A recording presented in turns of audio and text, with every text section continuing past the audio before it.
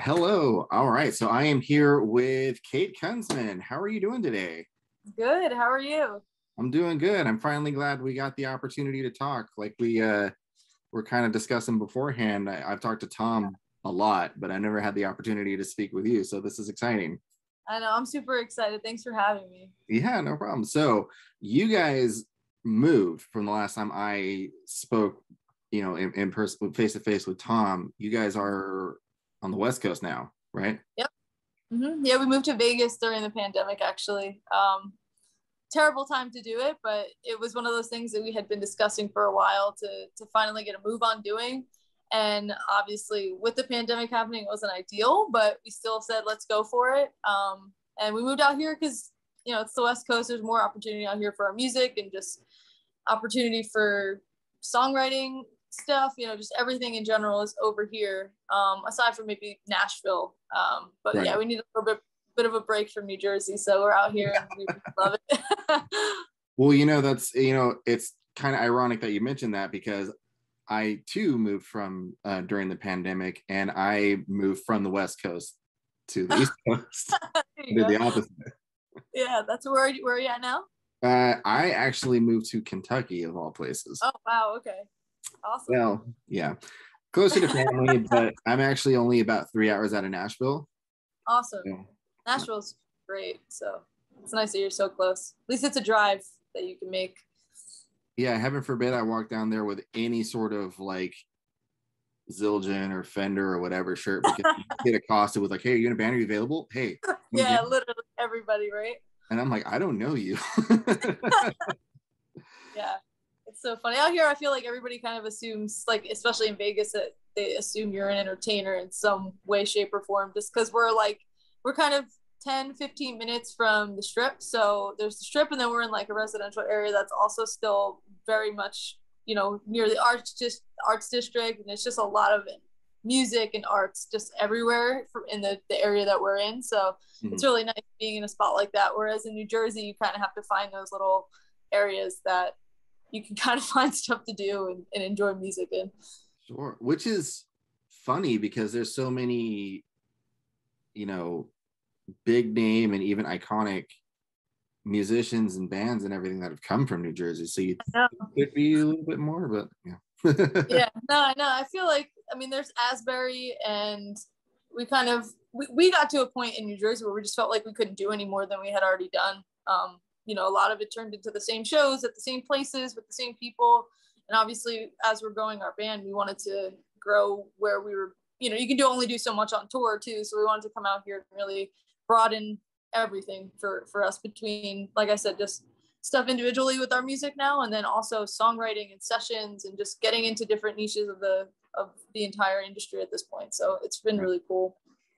Sure. Cool. So yeah, I think I definitely see where you guys are coming from for sure, because I know like once you moved, you guys have been busy.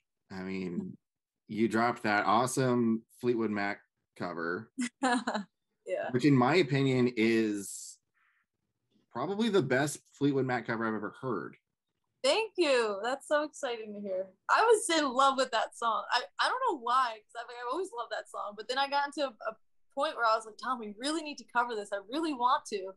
And then it was funny because that was way before like the TikTok frenzy of that song like became a thing with that guy on the skateboard or whatever. Yeah. And so at one point we were like, should we even do this now? We were like, whatever. It's a good song. We thought we did a good job, and I'm really happy that you think that, because I had a blast doing it. And it was actually one of the first things that we had done that I got to play bass on, aside from Broke Down in Babylon.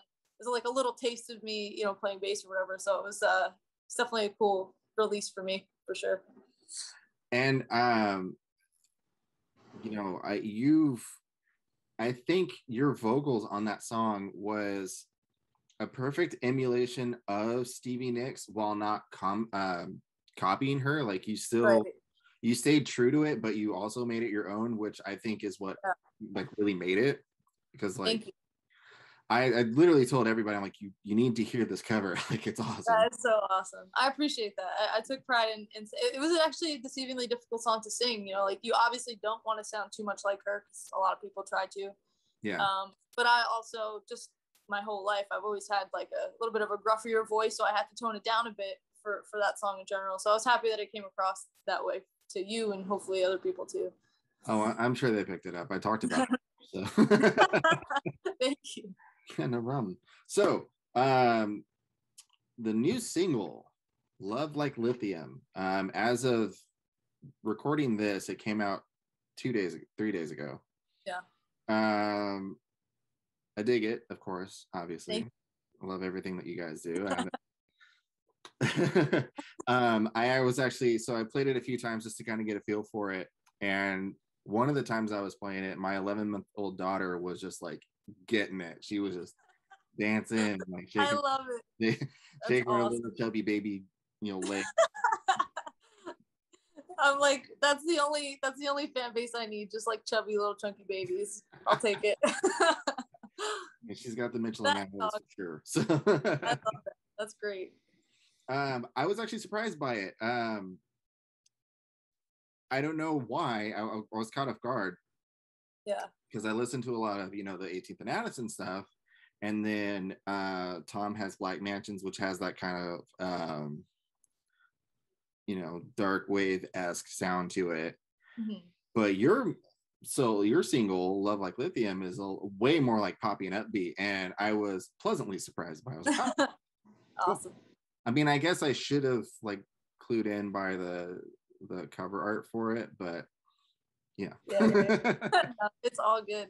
I've always loved pop music. It was always something that I felt I brought into 18th and Addison and just anything I've ever done, because it was just always something I loved. I mean, growing up, I was an NSYNC fan, Backstreet Boys, all that stuff that every teenage girl loves. But even some of the bands that I would get into, like I love Good Charlotte, and I think they're definitely obviously a little bit more pop than you would say pop punk or whatever, because they just had those catchy melodies and harmonies and stuff like that. And I've always been a sucker for a really good vocal melody and just a good hook. And again, I tried to bring some of that into 18th and Addison. And then when I decided to do my own thing, I think some of what I was writing was just starting to come naturally and just go into that pop element. And I was really starting to experiment with synths, even on Broke Down in Babylon, coming up with little things. We had a little bit of that in Leeches as well, but nothing that I actually, performed or wrote or did on the record.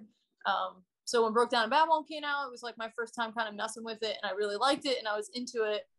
And then, once I decided to actually go full force with this solo thing, I was like, you know what, this is just kind of the stuff that's coming out. I was listening to a lot more pop too, more so than any new pop punk or pop rock in general. Yeah. So I don't know, it's just kind of a natural progression of what I felt was fun to do next. And that's the main thing I'm trying to do, is just have fun with it. I don't want to think so hard about writing music. I just want to do it. And this is just what's coming out. So it's been fun. Well, sure. I mean, the best things always come naturally. When you try to force it, that's when it doesn't work. Exactly. Yeah. I don't know if you've ever seen the Foo Fighters documentary, Back and Forth, but they were talking about one of their albums. I want to say it's like their third album, one that has Learn to Fly on it. Okay. They were talking about how they literally just they had recorded the album, but they had forced it and everything, and they all hated it. So they literally just trashed it and redid the whole thing, and wow, it came out awesome. I feel like I've seen that, but I don't remember that for some reason. But that's, yeah, I mean, luckily with 18th and Addison, we had a natural progression of how our music was flowing, and I do think it was starting to get a little bit more influenced by a lot of pop stuff too, but we still kind of always had that rock element to it, which I'm still kind of bringing to these songs too, my individual songs. So I still have a little bit of guitar in there, but I'm masking it with the synth and just kind of mixing it in ways that I think are fun to listen to. I really loved playing bass up until, the pandemic happened, when, I had to stop and we couldn't play shows anymore. So now that's actually something that I'm trying to bring into, the music that I'm still doing now. Cause with a lot of pop music, it's really just a sub bass or a synth that's you kind of riding the whole way through. And I wanted to add that, but also add elements of real bass lines and little walks that I know would add my own little flavor to it. So that I enjoy still playing bass. So it's been really cool to see, like you said, that progression happen. And I haven't thrown too many songs out yet, so I guess that's fine.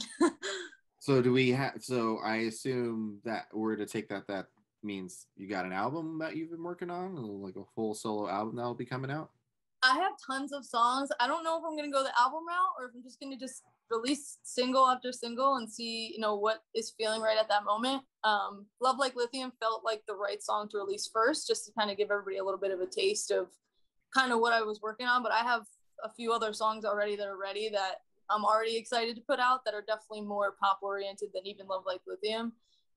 But they all could go on an album if I decide to ultimately do that. So only time will really tell how that is going to go. But I've been liking the trend of just singles on Spotify, because you could just keep going with as many as you have. True. I feel like now it's not really an album's world anymore, unless you're, you know, like a really well-known artist. But that might too. You never know. Everything's changing so quickly in the industry right now that it's hard to tell. Well, and it's funny because that you mentioned that. A couple months ago, I had interviewed a band I had been a longtime fan of, Slick Shoes. And they had released their first album in 17 years. Whoa. Yeah. So when the album came out last year.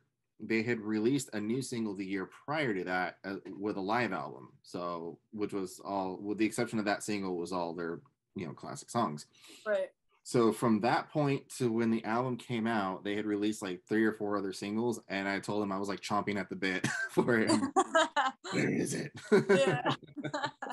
That's awesome. Actually, speaking of, you mentioned something earlier that I meant to get to. The Broken Down in Babylon, which is a fantastic song. For those watching and listening, maybe pause this video and go check it out, because it's actually really great. A couple months ago, you and Tom were on the Color Fred podcast, and you guys did I never know, I'm going to butcher his last name, so I'm just going to say Fred, formerly of Taking Back Sunday. Mascherino, yeah. Mascherino, yeah. I feel bad, Fred, if you're watching this, I'm sorry. No, he's the best. He's awesome. You're good. But you guys did a really cool acoustic version of it, and Fred joined. Well, Fred's on the single anyway, so yeah, what was that like? Fred is the coolest person. I mean, the most down-to-earth, genuine human that we've personally, I think, come across just like on our entire journey in 18th and Addison. And we were really excited when he, you know, said he would sing on it, because the part that he sings, like, when because we decided we wanted to do the song with him, like he was, you know, going to engineer it and produce it and stuff like that. And when we knew we were going to work with him, we were like, how awesome would it be to have this dude sing on this song? It's such a Fred moment that we were hearing in the song. So when he said, he didn't hesitate. He was even in the music video. He like came down for the day, and not even the day, he came down for a couple hours that it took, if that. Didn't mind at all, was just so down to do it, and genuinely a fan of us in the song. And you can tell, because we just had so much fun doing it, and the whole process was the easiest process we ever had in the studio with somebody. So yeah, he was great. And we still every day, we not every day, but like we are constantly in touch with Fred, just checking in on each other and stuff like that. So it was a really cool experience. He was like a mentor at one point, just kind of navigating us through, you know, like that part of our band, and like what the next release was going to be like and what we planned on doing. And then obviously now we're both kind of doing individual stuff right now, but we really liked that was kind of the last thing that 18th and Addison had recently put out, because it was, you know, with such a bang with him being on it. So it was cool. Sure. I mean, I was excited to hear it when you guys announced it.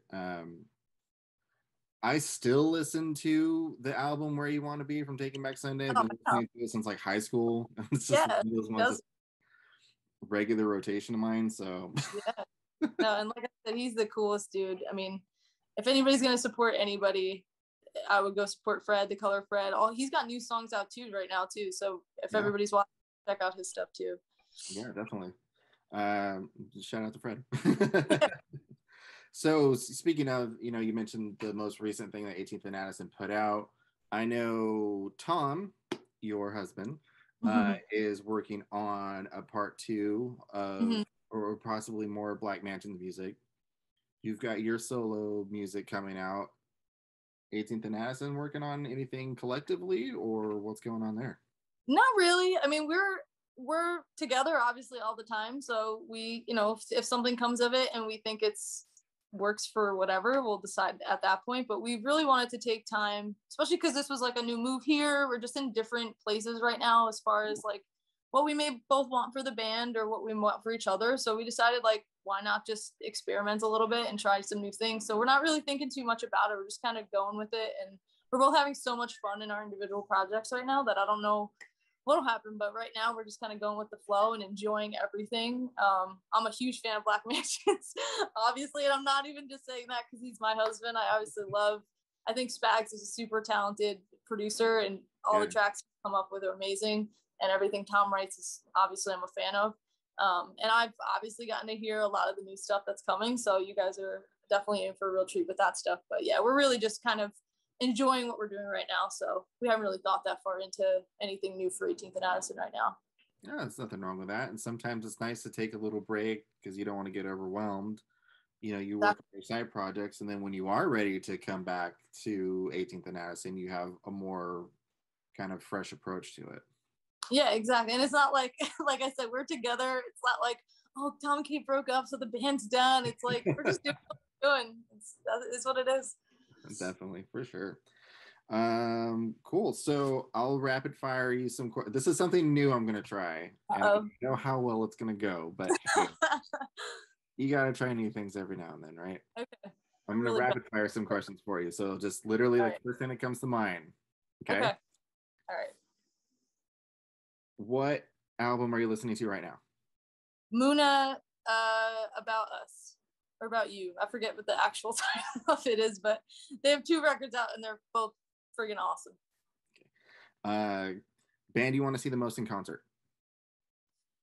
Oh, probably Muna, because I've just been listening to them so much. They're on tour right now with Phoebe, or they're going on tour with some dates with Phoebe Bridgers, but they're not hitting Vegas, so I gotta change that. I want to see them really bad. For sure. Best concert you've been to? Oh, probably Green Day. Tom has been telling me for a while I have to see them. I haven't seen them in a stadium tour, which was going to be this year. Honestly, this Friday coming up, we were going to go to the Hell Omega tour, but we moved and it changed with the pandemic, so we can't make that. But we actually saw them in like a smaller club or like ballroom style show a couple years ago, and it was like the best show I've ever seen. Right on. Yeah. My brother and sister-in-law are actually going to the Hell Omega tour. Nice. Out here, yeah. So funny that you mentioned that. Yeah. It's gonna be a good one. Yeah. All right, last one. You play bass. You sing. What instrument would you want to learn how to play? Oh, hands down, piano. I mean, I can mess around a little bit enough to play synth and make stuff up, but like if I were to go and like, I don't know what I'm doing half the time, just like making it up as I go. I just know it sounds good, but I would like to know how to like properly play the piano, because that just like, once you know how to do that, you can pretty much do whatever. Definitely. That's what I'm trying to kind of instill in my son right now, because I got him a keyboard a couple months ago. Nice. He was interested in playing it forever, so I'm like, okay, well, I finally got him one. So now it's just, he's 7, so getting him to sit down and do it is beast. So we go to Guitar Center every now and then because you got to. Yeah. And there's a little Squire Mini there that he's just in love with. So I told him, I'm like, you gotta learn how to play piano first, dude. It's so true. It's something I wish I learned a long time ago, and I don't know why I never did. Like my parents got me like a little keyboard when I was younger, and I would again mess around with it, but I never.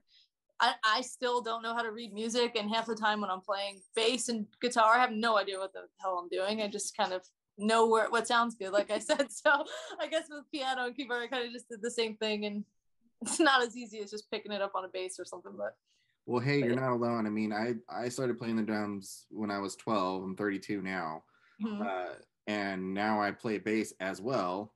So yeah, I just tabs. All right, cool. I'm done. Yeah. Drums were my first instrument. I was actually my whole life I wanted to be in a band and just be a drummer. And it's funny because like me and Tom talk about it all the time. That's like I never like being in the front or like the focal point. And I was like, and 18th and Addison is great because Tom's like a really good front man.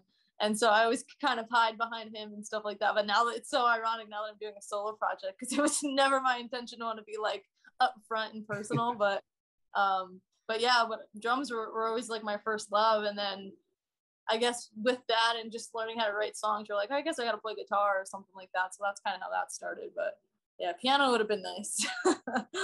Probably, but you know, Yeah.